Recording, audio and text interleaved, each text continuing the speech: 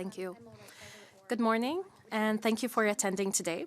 My name is Nada El-Falou, and I am the Director of Student Services at PSSAR, the Palestinian Students and Scholars at Risk Network, the primary organization in Canada assisting students in Gaza with navigating university applications. Today, we are joined by Saleha Faruqued, Dr. Bruce Mabley, Dr. Sean Tucker, and Sherif Awad. Each speaker will share brief remarks, after which we will open the floor for questions. For members of the media, we kindly request that you email info@pssar.org with your contact information so we can share updates and follow-up materials regarding this important issue. Since October 2023, all 12 universities in Gaza have been destroyed. As a result, PSSAR was created to support Gazan postgraduate students who were displaced by war, helping them complete their applications and maintain access to higher education.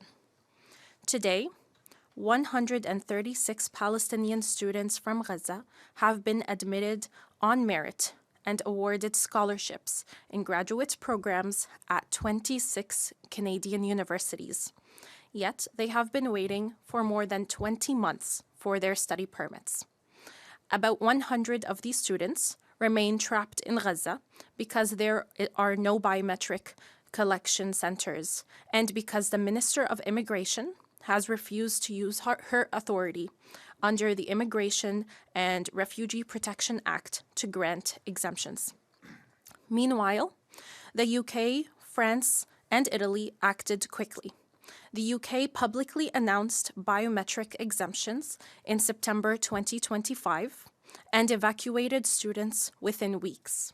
It is estimated that over 90 students were given visas and evacuated by the UK government. Over 120 students were given visas and evacuated by the French government. Over 50 students were given visas and evacuated by the Irish government, and 50 students were given visas and evacuated by the Italian government. Canada has not exempted biometrics, nor has it evacuated any students.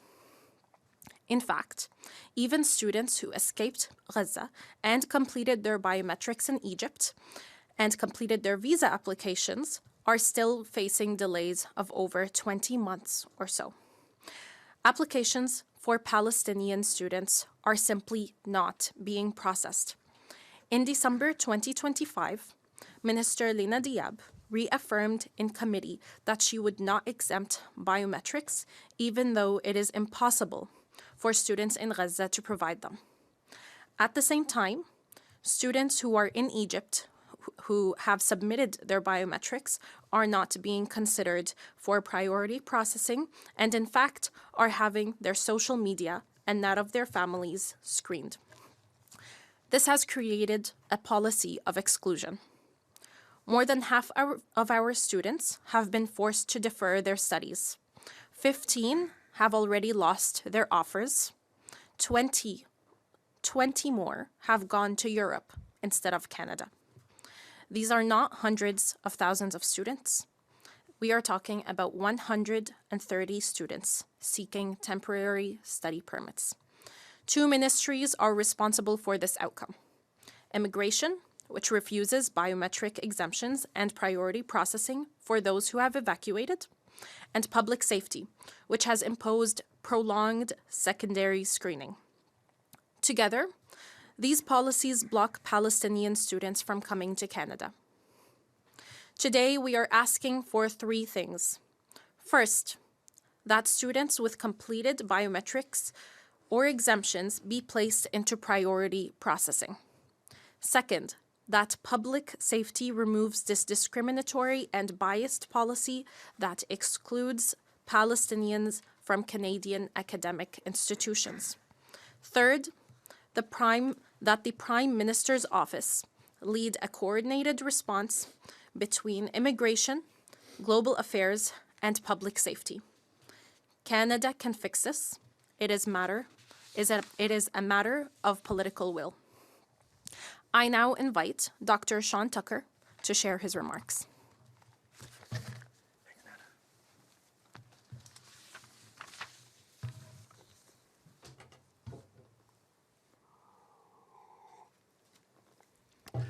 Good morning. I'm Sean Tucker. I'm a professor at the University of Regina and also have an affiliation with University of British Columbia. Today I speak as an academic who cares deeply about international students and about Canada's role as a leader in research and development. Over the past year and a half, I've been in regular contact with Eid Okal, a very talented student in Gaza who, along with his family, has survived what can only be called hell on earth. Eid's family has been displaced multiple times due to targeted bombing of residential buildings and the leveling of entire communities in Gaza. Last July, during the famine, Eid texted me, "The situation here is very bad. There is no food." I've lost consciousness several times over the past few days. During the genocide, Eid volunteered to help others in a prosthetics clinic, and then when there was internet access, he managed to apply for admission to a program in his field of study, biomedical engineering. Eid told me that his goal is to return to Gaza to help rebuild healthcare systems and strengthen research institutions. In September, Eid received a letter of acceptance from the University of Alberta. Finally, good news and hope. But danger is ever present. Days later, he texted me, "Explosive-laden robots are being detonated in the neighborhood where I live." Later came some good news, funding from the University of Alberta, a lifeline. The pieces were falling into place, or so we thought. The final piece, a study visa, remains elusive for Eid and other students. I share Eid's stories because I care about him and because it reflects the uncertain future that many scholars at risk face in Gaza. Article 26 of the Universal Declaration of Human Rights, which Canada endorsed in 1948, unequivocally states everyone has the right to education. It also states higher education shall be equally accessible to all on the basis of merit. As academics, we are very frustrated by what appears to be the Government of Canada's indifference and bias against a group of highly qualified students. I have never seen students excluded so clearly based on where they come from. We must ask why Palestinian students are being treated differently. Well, European countries such as the UK, Italy, and France have actively facilitated the evacuation of accepted students from Gaza. Canada has remained silent. We have lost students to other institutions in Europe. Many universities leaders in Canada and hundreds of professors understand the seriousness and the urgency of the situation facing these students. Research projects are stalled and grant funding risks being lost. Universities cannot defer indefinitely when external funding is involved. If the Prime Minister is serious about upholding human rights and serious about his call to attract top academic talent to Canada to strengthen our research and innovation sector, he must intervene to expedite the processing of study visas for these highly qualified students. Time is of the essence. I now invite Saleha Faruqued to the podium.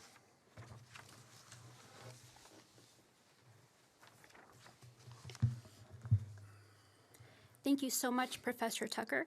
And good morning to everybody. My name is Saleha Faruqued. I am an advocacy programs manager with Justice for All Canada, a human rights advocacy organization dedicated to the prevention of genocide. Our organization has researched and published a policy report that does document these deliberate barriers imposed on these students, which I'll speak to today. And copies are available today as well as on our website, that is justiceforallcanada.org. Despite the fact that these postgraduate students and scholars hold admission letters from Canadian universities, their files remain open without any decisions or reasons or timelines. There is a lack of transparency in this process. Impacted students often learn about these measures through things like access to information requests, rather than any clear guidance from the government. For instance, enhanced screening only applies to people present in Gaza after July 2023 under a system that is withheld from public view. This process as well as requirements which frequently change without prior notice and without published criteria, is impending on the lives of these students and causing them great risk and harm. This leaves them unable to respond properly or even understand what stands between themselves and a decision made. So the current approach requires biometrics, as we know, under conditions where collection from Gaza cannot even occur. But there is no biometric facility in Gaza because of that reason. Travel routes require passages through Israeli checkpoints and borders that are subject to sudden closure. Canada's own travel advisories describe these crossings as unpredictable, severely restricted, and unsafe. This fails basic standards of administrative reasonableness. Under established Canadian law, clear pathways forward already exist. For example, under Section 12.8 of the Immigration and Refugee Protection Regulations, there is an exemption when biometric collection often becomes impossible. Under Section 25.1 and on public policy grounds under Section 25.2, the Immigration and Refugee Protection Act further grants the minister authority to exempt requirements on humanitarian and compassionate grounds. Through Section 3, Parliament also directs interpretation of immigration law in line with international human rights treaties which Canada should adhere to. 2 students admitted to the University of Waterloo were killed before they could even begin their PhDs. The IRCC is aware of their deaths. Over 12,000 Canadians and over 15 members of Parliament have raised concerns directly with the minister. Gaza's education system lies in ruins because of a genocide that is aided and abetted in part by the Canadian government. So today we are here to support the requests of the PSSAR, which is that completed cases must be placed in priority processing, that a fair review of applications take place without any discriminatory bias, and that the Prime Minister's office lead a coordinated response. I now call upon my colleague Sherif Awad from the CMPAC.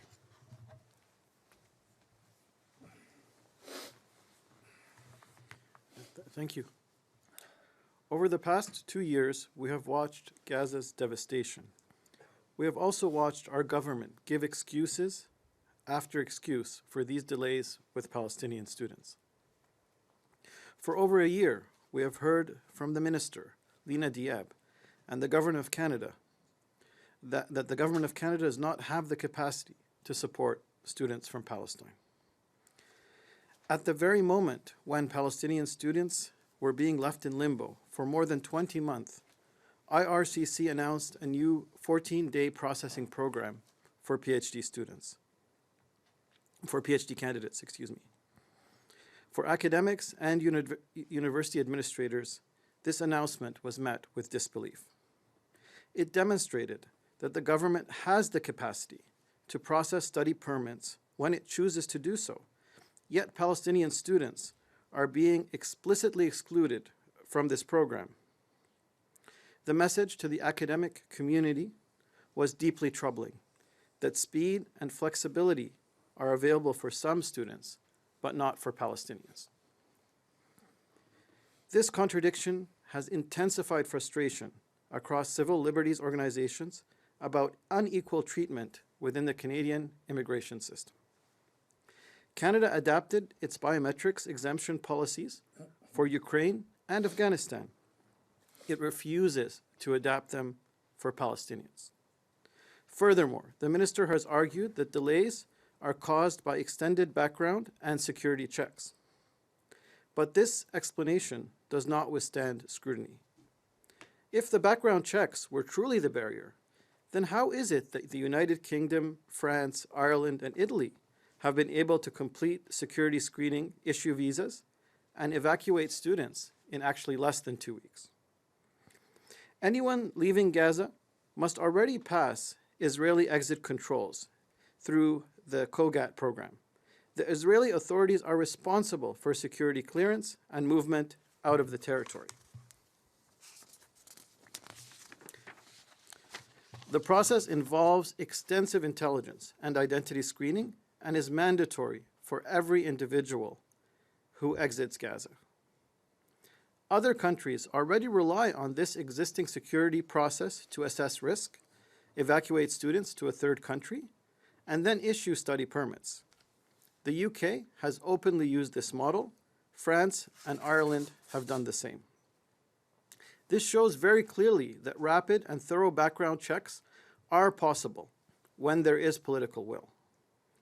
Canada's delays are therefore not driven by security constraints, but by a policy choice to impose additional and exceptional barriers on Palestinian students, barriers that other allied countries have chosen not to apply.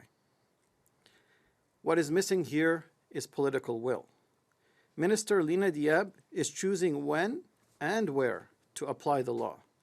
Minister Gary is choosing to subject Palestinian students to biased background checks. We are asking for immediate biometric waivers, priority processing, and coordination between immigration, foreign affairs, and public safety before the next semester begins. I'd like to call on my colleague, Dr. Bruce Mabley, who is a principal researcher at the McKinsey Papineau Institute, to say a few words. Thank you very much. And thanks to the colleagues for their excellent analysis. And I'm a little too old to be that serious anymore, but I appreciate it. And I just mentioned that the McKinsey Papineau think tank is nonpartisan, and that it'll be important for what I'm about to say. What I want to do is I want to link my diplomatic career with the issue. It's an important issue. It's an issue that, in one of my books on diplomacy, diplomacy is not a science, it's the art of the possible. And this is possible. The question we have to ask ourselves is why it is stuck at the present, where it is now. I don't know whether you saw Jesse Ventura on TV last night, but he's a real mensch. He's a real guy, and I'm like him. So why the hell am I a diplomat? McLean's called me a rogue diplomat. Maybe they're right, maybe they're wrong.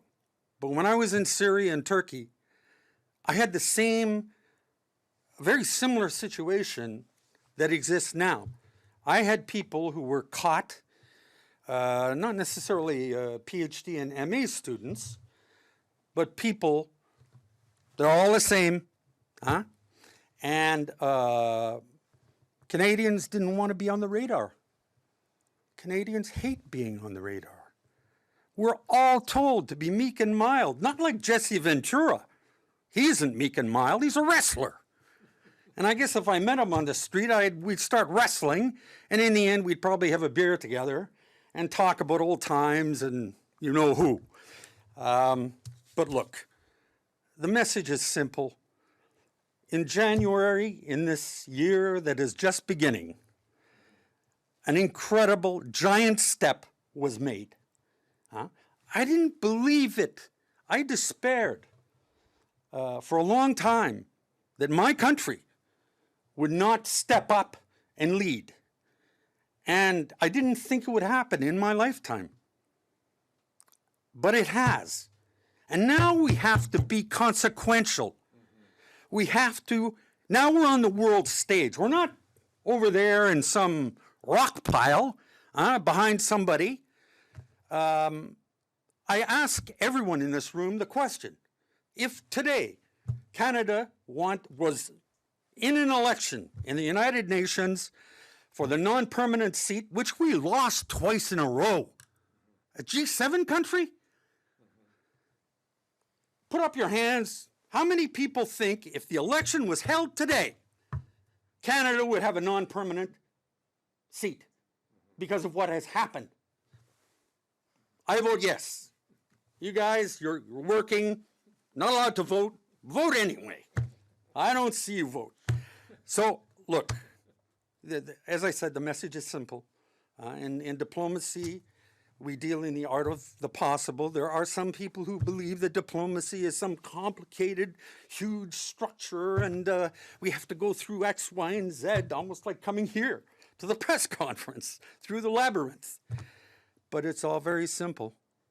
It's about the Canadian people. And when people abroad, they don't know necessarily Canadians. They don't see them and touch them, but they touched me. They touched me, and for me, I had to make a decision. Am I a human being, or am I a paid bureaucrat? That decision I made, and maybe that's why they called me a rogue diplomat. But the same applies in this case. We're on the world stage. We have to be consequential, acting as if we're in the old era, and God knows it's very evident. You can't hide. It's very clear. The Allies are watching. The world is watching. And we have to step up. We have stepped up, but we cannot backslide. No backsliding. That's a difficult word to... Anyway, peut-être je le dirai en français. J'ai jamais été aussi fier d'être Canadien. Voilà.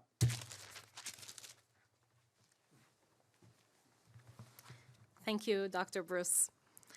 Thank you, everyone. And we will now open the floor for questions from journalists.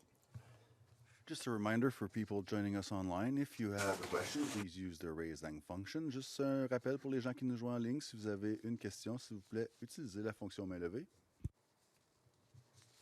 I have no questions in the room, also none online. If you want to add anything, or this will conclude our press conference. No, thank you very much. This concludes our press conference. Thank you. Thank you very much.